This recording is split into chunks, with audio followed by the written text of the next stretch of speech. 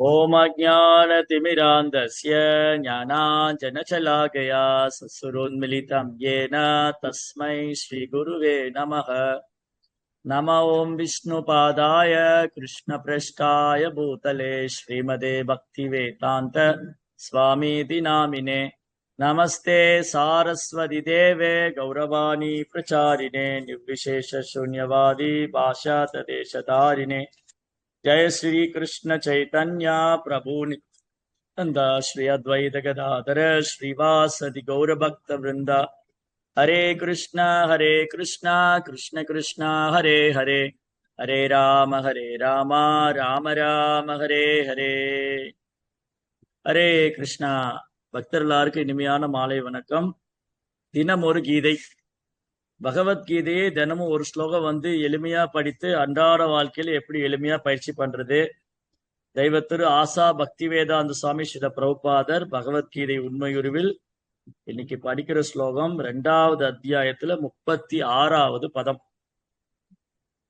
அவாச்யவாதாம் ச பகூன் வதிஷ்யந்தி தவாஹிதஹ நிந்தஸ்தஸ்தவ சாமர்த்தியம் ததோ துக்கதரம் அனுகிம். மொழிபெயர்ப்பு மற்றும் பொருளுரை தெய்வத்திரு அபே சரணாரவிந்த பக்திவேதாந்த சுவாமி ஸ்ரீல பிரபுபாத். ஜெய் ஸ்ரீல பிரபுபாத் கி ஜெய். அன்பில்லாத வார்த்தைகள் பலவற்றை கூறி உனது எதிரிகள் உனது திறமையை நிந்திப்பார்கள். அதைவிட மிகுந்த துன்பம் தரக்கூடியது வேறு என்ன இருக்க முடியும்? இப்போ கிருஷ்ணருக்கும் அர்ஜுனனுக்கும் ஒரு அழகான உரையாடல் நடந்துகிட்டு இருக்கு. முதல் அத்தியாயத்துல இந்த யுத்தம் செய்ய மாட்டேன்னு அர்ஜுனன் ஒரு முடிவுக்கு வந்துட்டார். இந்த யுத்தம் செய்ய மாட்டேன் அப்படின்னு ஒரு முடிவுக்கு வந்துட்டு தன்னுடைய காண்டிபத்தை கீழே போட்டு அப்படியே சோர்ந்து போய் ரதத்துல உக்காந்துட்டார். அந்த சோர்ந்து போய் ரதத்துல உக்காந்து இருக்கிற அர்ஜுனனை உற்சாகப்படுத்தக்கூடிய வகையில பகவான் கிருஷ்ணர் பேசுறார். அப்போ இன்னைக்கு முதல் பாடம் என்னன்னா, ஆன்மீக பாதையில உற்சாகம் ரொம்ப ரொம்ப அவசியம். உற்சாகமா இருக்கணும், சோர்வே இருக்கக்கூடாது, களைப்படையவே கூடாது. நீங்க பாருங்க, நம்ம குருமார்கள்லாம் இஸ்கான்ல நிறைய குருமார்கள் இருக்காங்க.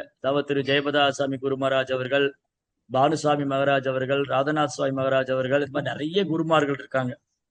அவங்க என்னைக்காவது களைப்படைஞ்சு பார்த்திருக்கீங்களா? நீங்க ரொம்ப உற்சாகமாக இளம் வயது வாலிபரை போல செயல்படுவாங்க. ஆனா ரொம்ப வயசாயிடுச்சு, எல்லாருக்கும் அபவ் 70 வயசுக்கு மேல ஆயிடுச்சு. ஆனா பாத்தீங்கன்னா ரொம்ப உற்சாகமாக பிரபுபாதரை திருப்தி செய்ய வேண்டும், கிருஷ்ணாவுக்கு சேவை செய்ய வேண்டும், வைஷ்ணவருக்கு சேவை செய்ய வேண்டும், உற்சாகமா இருக்காங்க. அவங்க சோர்வடைகிறதே இல்லை, களைப்படைகிறதே இல்லை. ஏன்னா இந்த கிருஷ்ண உணர்வுங்கிற அமிர்தத்தை அவங்க அனுபவிக்கிறாங்க. கிருஷ்ண பக்திங்கிற அமிர்தத்தை அவங்க அனுபவிக்கிறதுனால அவங்க எந்த இடத்துலயும் சோர்வடைகிறதே இல்லை, களைப்படையவே இல்லை. இது அர்ஜுனன் கிட்ட ஒரு டிரான்ஸ்பர்மேஷன் நடந்தது, அர்ஜுனன் கிட்ட ஒரு மாற்றம் நடந்தது. எங்க மாற்றம் நடந்ததுன்னு சொன்னா, முதல் அத்தியாயத்துல அர்ஜுனன் சொல்றாரு, எனக்கு இது வேண்டாம், எனக்கு ரொம்ப கஷ்டமா இருக்கு, என் உடம்பெல்லாம் நடுங்குது, வாயெல்லாம் உலர்ந்துருச்சு, தொண்டையெல்லாம் வறண்டுருச்சு, என்னால இங்க நிக்க முடியல, நான் திரும்ப போறேன், என்ன விட்டுருங்க, என்ன நான் போயிடுறேன், காட்டுக்கே போயிடுறேன். இப்படிதான் பேசினார் முதல் அத்தியாயத்துல. 10வது அத்தியாயம் வரும்போது அர்ஜுனன் சொல்றாரு, விஸ்தேராத்மநாத் யோகம் விபூதிம் ச ஜனார்தனா பூய கதைய திருப்திர் சுன்வதோ நாஸ்தி மே அமிர்தம்.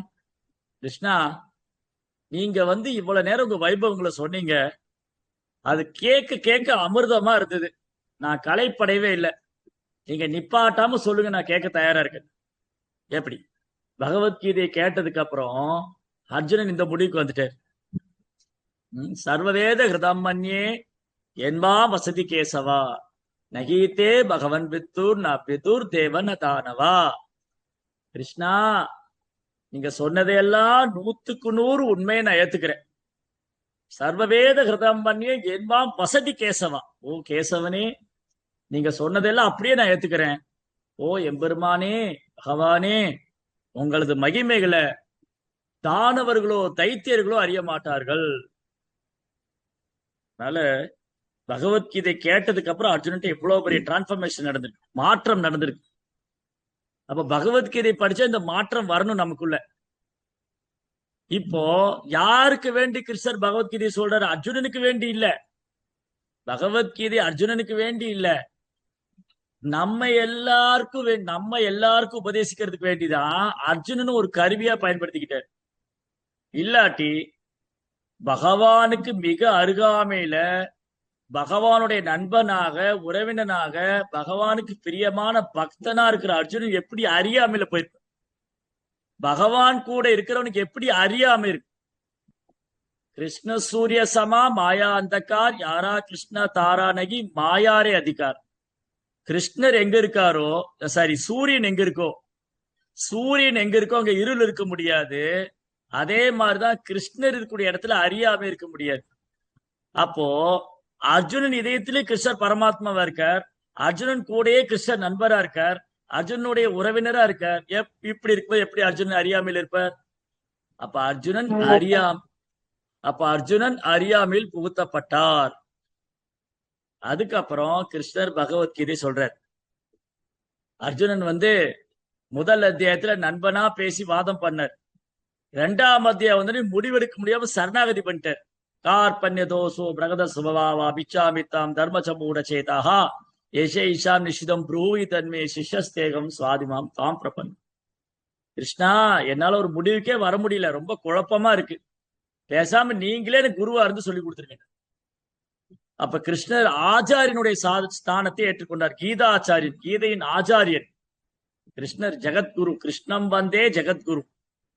வசுதேவ சுதம் தேவம் கம்ச சானூரமர்தனம் தேவகி பரமானந்தம் கிருஷ்ணம் வந்தே ஜெகத்குரு.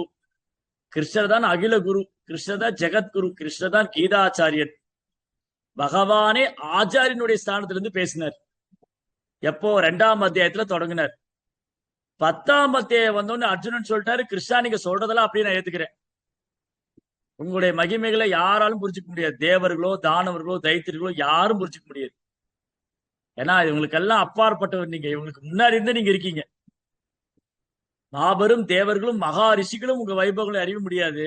ஏன்னா கிருஷ்ணர் அவங்களுக்கு முன்னாடி இருந்தே இருக்காரு. அதனால பகவத்கீதை படிச்சு அர்ஜுனுடைய முடிவுக்கு ஒருத்தர் வரணும். ஆனா இப்ப என்ன பண்றாரு?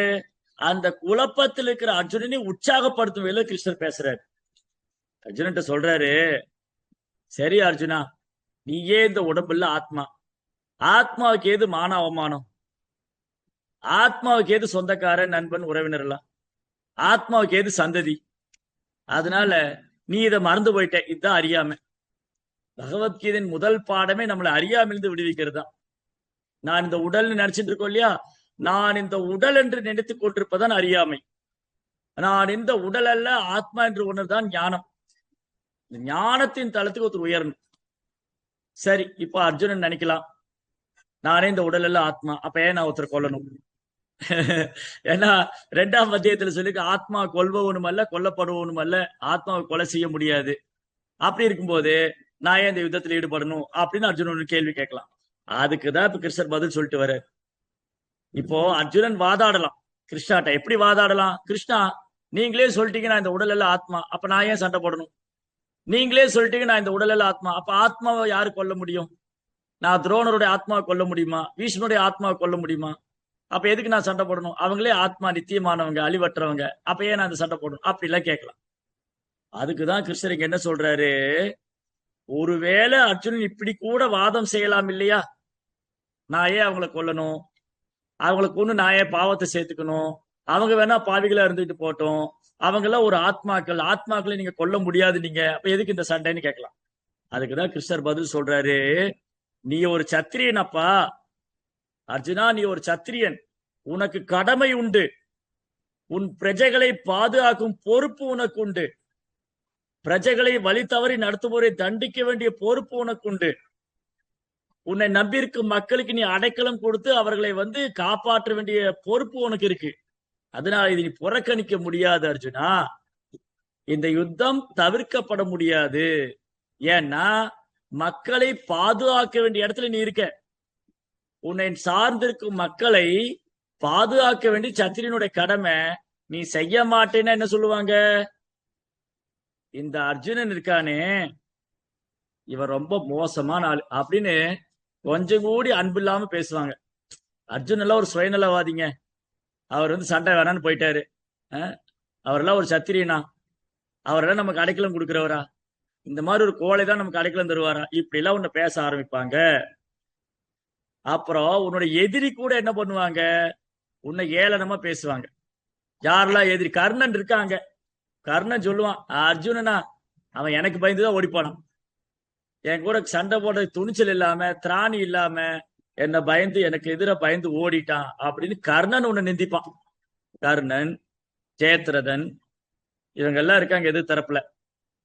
அப்ப உன்னுடைய எதிரிகள் வந்து உன் திறமையை வந்து குறைத்து எடை போட்டு உன்னை நிந்திப்பார்கள். அதை விட மிகுந்த துன்பம் தரக்கூடிய வேற என்ன இருக்க முடியும்?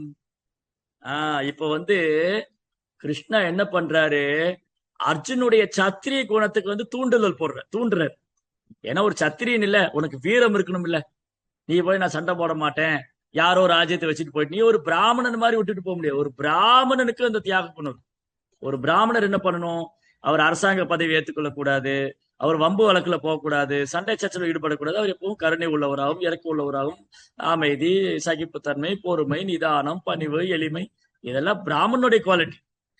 சத்திரியன் என்னது? ஆளும் திறமை, வீரம், விவேகம், சவால் விட்டா எதிர்கொள்வது, துஷ்டர்களை தண்டிப்பது, மக்களை பாதுகாப்பது, பகைவர்களிலிருந்து மக்களை காப்பாற்றுவது, எதிரிகளிலிருந்து மக்களை காப்பாற்றுவது, அசுர குணம் படுத்த, இதெல்லாம் உன்னுடைய வேலை. இத நீ பண்ணலைன்னா பாவம். இத பண்ணலைன்னா தான் பாவம். ஒரு சத்திரியனா இருந்து உன் கடமையை செய்யவில்லை என்றால் பாவம். ஒரு சத்திரியனா இருந்து நீ இதை செய்யல, உன்னை கோழை என்று பேசுவார்கள், உனக்கு அவமானம் ஏற்படும். ஒரு சத்திரியனுக்கு அவமானத்தை விட மரணமே மேலானது. இதெல்லாம் சொல்லி இதை நீ பண்ணிதான்ப்பா ஆகணும்.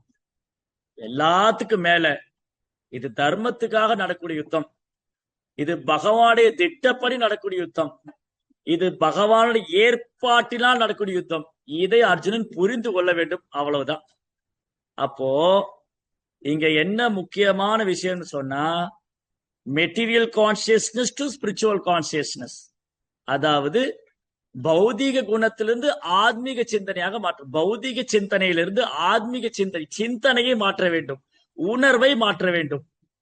பௌதிக எண்ணத்திலிருந்து கிருஷ்ண உணர்வாக மாற்ற வேண்டும். பௌதிக சிந்தனையிலிருந்து ஆன்மீக சிந்தனையா மாற்றணும். இப்ப என்ன பண்ணணும்? அர்ஜுனன் என்ன பண்ணணும்? இந்த யுத்தம் நான் எனக்காக பண்ணல, இந்த யுத்தம் என்னுடைய புலன்பத்துக்காக அல்ல, இந்த யுத்தம் நான் ராஜ்யத்தை அனுபவிக்கிறதுக்காக அல்ல, இந்த யுத்தம் கிருஷ்ணருடைய ஏற்பாட்டினால் நடக்குது. இது வந்து கிருஷ்ணரை நான் திருப்தி செய்வதற்காக, கிருஷ்ணருடைய திட்டப்படி நான் செயல்படுவதற்காக, கிருஷ்ணருடைய விருப்பப்படி இது நடக்கிறதுனால நான் அவருக்கு அசிஸ்ட் பண்றேன், அவர் ஒரு கருவியா இருக்க போறேன் அப்படிங்கிற தளத்துக்கு அர்ஜுனன் வரணும். இது எப்ப நடந்தது? 10ஆம் அத்தியாயம் வரும்போது நடந்தது. சர்வவேத கிருதாமன்ய வசதி கேசவா, கேசவனே நீங்க சொல்றதெல்லாம் நான் செய்ய தயாரா இருக்கேன். அதனால எப்படியாவது கிருஷ்ணா என்ன பண்ணாரு? அர்ஜுனனுக்கு ஒரு புகழ் தரணும். மகாபாரத யுத்தம் முடிக்கிறது கிருஷ்ணருக்கு பெரிய வேலை இல்லை. இதை விட பெரிய பெரிய வேலையெல்லாம் அவர் பண்ணிட்டு இருக்காரு. கிருஷ்ணா வந்து இதை விட அமானுஷமான வேலையெல்லாம் பண்ணிட்டு இருக்காரு. அப்படி இருக்கும்போது இந்த ஒண்ணுத்துக்காகாத இந்த மகாபாரத யுத்தத்துல இவங்களை கொள்றதெல்லாம் என்ன பெரிய விஷயம்? கிருஷ்ணா அதுக்கு ஒரு பிராக்சர் ஆஃப் செகண்ட் போகுது, ஒரு செகண்ட் போதும் கிருஷ்ண அவங்களுடைய கதையை முடிக்கிறதுக்கு. கௌரவருடைய கதையை முடிக்கிறதுக்கு கிருஷ்ணனுக்கு ஒரு பிராக்சரா ஒரு நொடி போதும். ஆனா கிருஷ்ணா என்ன விரும்புறாரா? அந்த புகழ் பாண்டவருக்கு கிடைக்கணும், அது பீமனுக்கு கிடைக்கணும், அர்ஜுனனுக்கு கிடைக்கணும், யுதிஷ்டனுக்கு கிடைக்கணும். தன் பக்தர்கள் புகழப்படணும், தன் பக்தர்கள் வழிபடப்படணும், தன் பக்தர்கள் வந்து போற்றி புகழப்படணும். இது மூலமா மக்கள் தெரிஞ்சுக்கணும், நான் எந்த அளவுக்கு என் பக்தனை நேசிக்கிறேன், எந்த அளவுக்கு என் பக்தன் மேல அன்பு வச்சிருக்கேன், என் பக்தனுக்காக நான் என்ன வேணாலும் செய்வேன், என் பக்தனுக்காக என் வாக்குறுதி கூட நான் மாத்திடுவேன், நான் அவமானப்பட்டாலும் என் பக்தன் அவமானப்பட விட மாட்டேன் அப்படிங்கிறத புரிய வைக்கிறார். அதனால ரொம்ப அழகான லீலைகள் மகாபாரதத்துல. கிருஷ்ணர் வந்து தன் பக்தனுக்காக என்ன வேணாலும் செய்வார். தன்னை சரணாகதி என்று வந்த பக்தனுக்காக என்ன வேணாலும் செய்வார். அதான் தன்னுடைய வார்த்தையை பொய்யாக்கிட்டு பீஷ்ம தேவர் சொல்றாரு, அம்பு படுக்கையில் படுத்துன்னு சொல்றாரு பீஷ்ம தேவர், மத் பிரதிஜ்ஞா, மத் பிரதிஜ்ஞா அப்படின்னு சொன்னா என்னுடைய கட்டளை நிறைவேற்றுவதற்காக. பீஷ்மர் என்ன சொல்றாரு, அம்பு படுக்கையில படுத்துக்கிட்டு, அந்த வாசுதேவன் இருக்காரே அவர் என்னுடைய கட்டளை நிறைவேற்றுவதற்காக தன்னுடைய வாக்குறுதியை பொய்யாக்கி விட்டார். என்ன சொன்னாரு மகாபாரத யுத்தம் தொடங்கும் போது, நான் ஆயுதமே எடுக்க மாட்டேன். மகாபாரத யுத்தம் தொடங்கின போது கிருஷ்ணர் சொன்னாரு, நான் ஆயுதமே எடுக்க மாட்டேன், அர்ஜுனனுக்கு தேரோட்டியா வேணா இருக்காரு. ஆனா அன்று ஒரு நாள் மகாபாரத யுத்தம் நடக்கும் போது பீஷ்மர் அர்ஜுனனை கொன்றே ஆக வேண்டும் என்று முடிவோட வந்திருக்கிறார். ஏன்னா துரியோதனுக்கு வாக்கு கொடுத்துட்டார். ஏன்னா துரியோதனுக்கு நம்பிக்கையே இல்ல, பீஷ்மர் பாண்டவர்களை கொல்ல மாட்டேங்கிறாரு, குறிப்பா அர்ஜுனனை கொல்ல மாட்டேங்கிறாரு, அர்ஜுனன் மேல ரொம்ப இறக்கமா இருக்காரு, ஏன்னா பீஷ்மருக்கு பிரியமான பேர குழந்தை, அதனால அர்ஜுனனுக்கு கருணை காமிக்கிறாரு, அர்ஜுனன் மேல இரக்கம் காமிக்கிறாருன்னு மீண்டும் மீண்டும் வசைபாடி கொண்டிருந்தான் துரியோதனன்.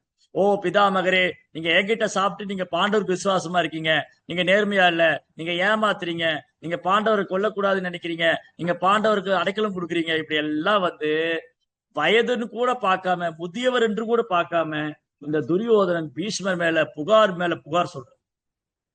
பீஷ்மர் சொன்னார், துரியோதனா இன்னைக்கு நிம்மதியா போய் தூங்கு, நாளை காலையில் அர்ஜுனன் உயிரோடு இருக்க மாட்டான், நாளை சூரிய உதிச்சதுக்கு அப்புறம் அர்ஜுனன் சூரிய அஸ்தமனம் பார்க்க மாட்டான், அப்படி ஒண்ணு நடக்கும். அப்படி நடக்கலன்னு சொன்னா அந்த வாசுதேவன் அவருடைய வாக்குறுதி நான் உடைப்பேன், அவர் அந்த ஆயுதம் எடுக்க வைப்பேன், ஒண்ணு நான் அர்ஜுனனை கொல்லுவேன், இல்ல கிருஷ்ணனுடைய பிராமிஸை நான் பிரேக் பண்ணுவேன். இந்த சபதம் போட்டிருக்கார் பீஷ்மர். இப்போ கிருஷ்ணருக்கு ஒரு பெரிய ரெஸ்பான்சிபிலிட்டி பொறுப்பு வந்துருச்சு. 2 பக்தர்கள், ஒரு பக்கம் பிதாமகர் பீஷ்மர், இன்னொரு பக்கம் அர்ஜுனன். பிதாமகருடைய வாக்கும் பொய்யாக கூடாது, அர்ஜுனனும் இழக்கக்கூடாது. கிருஷ்ணருடைய நிலை என்னன்னு பாரு, கிருஷ்ணனுடைய ஸ்டேஜ் எப்படி இருக்கு, கிருஷ்ணனுடைய நிலை எப்படின்னா, இந்த பக்கம் அர்ஜுனுடைய உயிரை காப்பாற்றணும், அந்த பக்கம் பீஷ்மருடைய வார்த்தை பொய்யாக கூடாது. ஒருவேளை பீஷ்மர் சொன்னது நடக்காம போச்சுன்னா, இந்த பிதாமகர் சொல்றதை செய்யவா போறாரு, அவர் சொல்றது ஒண்ணு செய்யறது ஒண்ணு. அன்னைக்கு சொல்லிட்டு ஏதோ வீரவாசனம் பேசிட்டு போனார். அப்ப என்ன சொல்லுவாங்க துரியோதனன் எல்லாம், இந்த பிதாமகர் பேச்சுதாங்க, வீரவசனம் பேசினாரு, அர்ஜுனனை கொன்றுவேன், வாசுதேவன் ஆயுதம் தூக்க வைப்பேன்னு, ஒண்ணு நடக்கல, இவர் சும்மா பேச்சுதான் அப்படின்னு பிதாமகர் மேல எல்லாம் ஏளனம் செய்வாங்க, அவர் வாக்குறுதி பொய்ன்னு சொல்லுவாங்க, பிதாமகர் சொல்றதை செய்ய மாட்டாரு, அவர் பொய் சொல்றவர் சொல்லுவாங்க. அப்போ பிதாமகனுடைய வாக்குறுதியும் பொய்யாக கூடாது, அதே சமயம் அர்ஜுனையும் நம்ம இழக்கக்கூடாது. அப்படின்னா ஒரே வழிதான் இருக்கு, கிருஷ்ணர் ஆயுதத்தை எடுக்கணும், வேற ஆப்ஷனே கிடையாது. அப்போ 2 பக்தர்களை காப்பாற்றுவதற்காக, ஒரு பக்தனுடைய வாக்குறுதியை காப்பாற்றணும், ஒரு பக்தனுடைய உயிரை காப்பாற்றணும், இதுல ஒரே ஒரு வழிதான் இருக்கு, கிருஷ்ணர் ஆயுதம் எடுக்கணும். கிருஷ்ணாவுக்கு வந்தது கோபம், பீஷ்மருடைய அம்புகள் அப்படியே பாயுது அர்ஜுனன் மேல. ஒரு செகண்ட் போனா அர்ஜுனோட தலை போயிருக்கு, கிருஷ்ணர் ரதத்தை ஒரு அம்பு அமுத்திட்டாரு கீழே, கிரீடத்தோட போச்சு. அந்த கோபத்துல அர்ஜுனனுக்கு மேல அம்பு பீஷ்மர் போடுறாரு, கிருஷ்ணருடைய உடம்பெல்லாம் அம்புகள் பட்டு காயமாயிருக்கு, அர்ஜுனனுக்கு உயிருக்கே ஆபத்து. அன்னைக்கு அப்படி நெருப்பு மாதிரி நிக்கிறார் பீஷ்மர். கிருஷ்ணருக்கு வந்தது கோபம், ரதத்தை விட்டு எகிரி குதிச்சு ஓடுறாரு நேரா பீஷ்மர் நோக்கி. போற வழியில அந்த ரணபூமியில, யுத்த பூமியில நிறைய ரதங்கள்லாம் உடஞ்சது, வீழ்லங்கிற சக்கரம், ரதத்தோட சக்கரம், அத ஒரு கையில தூக்கிட்டு, அடே கிழவா பீஷ்மா, உன்னை கொல்லாம விட மாட்டேன், இன்னைக்கு வேகமா போறேன், இன்னைக்கு பீஷ்மனுடைய கதையை முடிக்க போறேன், என்னுடைய பக்தனை நீ கொல்ல பாக்குறேன். அர்ஜுனன் ரதத்திலிருந்து குதிச்சு ஓடி வரார், கிருஷ்ணா கிருஷ்ணா போடுங்க போடுங்க, ரத வீல கீழே போடுங்க, ஆயுதம் எடுக்க கூடாது, நீங்க பிராமிஸ் பண்ணிருக்கீங்க ஆயுதம் எடுக்க மாட்டேன்னு, கிருஷ்ணா கீழே. அப்படியே ஓடி போய் கிருஷ்ணருடைய தாமரை பாதத்தை அர்ஜுனன் பிடிச்சுக்கிட்டாரு, அர்ஜுனனையும் சேர்த்து தரன்னு இழுத்துட்டு போறாரு கிருஷ்ணா, பீஷ்மரை கொள்றது. பீஷ்மர் அப்படியே அஸ்திரங்கள்லாம் கீழே போட்டு, இந்த நாளுக்கு தான் நான் காத்துக்கிட்டு இருந்தேங்கிற மாதிரி, பகவான் கிருஷ்ணர் கையால் நான் கொல்லப்பட்டு மோட்சம் அடைய போறேன், இந்த ஒரு நாளுக்கு தான் நான் காத்து கொண்டிருந்தேன்னு சொல்லி அஸ்திரங்களா கீழே போட்டு ரெடியா நிக்கிறார் பீஷ்மர். அன்றோடு சூரியன் அஸ்தமிக்குது. அப்போ பாண்டவர்களையும் காப்பாற்றணும், பிதாமருடைய வாக்குறுதியும் காப்பாற்றணும், அர்ஜுனனையும் காப்பாற்றணும், வாக்குறுதியும் காப்பாற்றணும். இந்த 2 காரணத்துக்காக வேண்டி கிருஷ்ணர் தன்னுடைய வார்த்தையை பொய்யாக்கிக்கிட்டார். அதனாலதான் கிருஷ்ணர் சொல்றாரு, அர்ஜுனா நீயே சொல்லி என் பக்தன் இன்னைக்கு வீண் போக மாட்டான். கவுந்தேய பிரதிஜானகி நமே பக்த புனசதி. ஏன் கிருஷ்ணர் சொல்லலாமே? அப்போ ஒருத்தர் சொல்லுவாங்க, இந்த கிருஷ்ணர் தானே அன்னைக்கு மகாபாரதத்துல சொன்னது ஒண்ணு செஞ்சது ஒண்ணு, ஆயுதமே தூக்க மாட்டேனாரு, அன்னைக்கு பீஷ்மனை கொள்றதுக்கு ஆயுதத்தை தூக்கிட்டு போனாரு அப்படின்னு சொல்லலாம். இப்ப அர்ஜுனன் சொல்லிட்டாருன்னா அந்த பேச்சுக்கே இடம் மாற்றம் கிடையாது. அர்ஜுனன் சொல்லிட்டாருப்பா, கிருஷ்ணர் பக்தர்கள், கிருஷ்ணாவுடைய பக்தன் வீண் போக மாட்டான், கிருஷ்ணனுடைய பக்தனுக்கு என்னைக்கு தோல்வியே கிடையாது, வீண் போக மாட்டான் அர்ஜுனன் சொல்லிட்டாருன்னா கிருஷ்ணர் அதை நடத்தியே தீர்வார், நடத்தியே தீர்வார். இதனால இங்க ரொம்ப அழகான லீலைகள் நடக்குது. இது மாதிரி அர்ஜுனனை உற்சாகப்படுத்தி இந்த தர்மத்துக்கான யுத்தத்துல கலந்துட்டு வச்சுட்டு பொதுமக்களுக்கு நல்ல ஒரு ஆட்சி கொடுக்கணுங்கிறது பகவானுடைய திட்டமாக. ஹரே கிருஷ்ணா. ரந்திரா ஸ்ரீமத் பகவத்கீதா கி ஜெய், ஸ்ரீல பிரபுபாத் கி ஜெய்.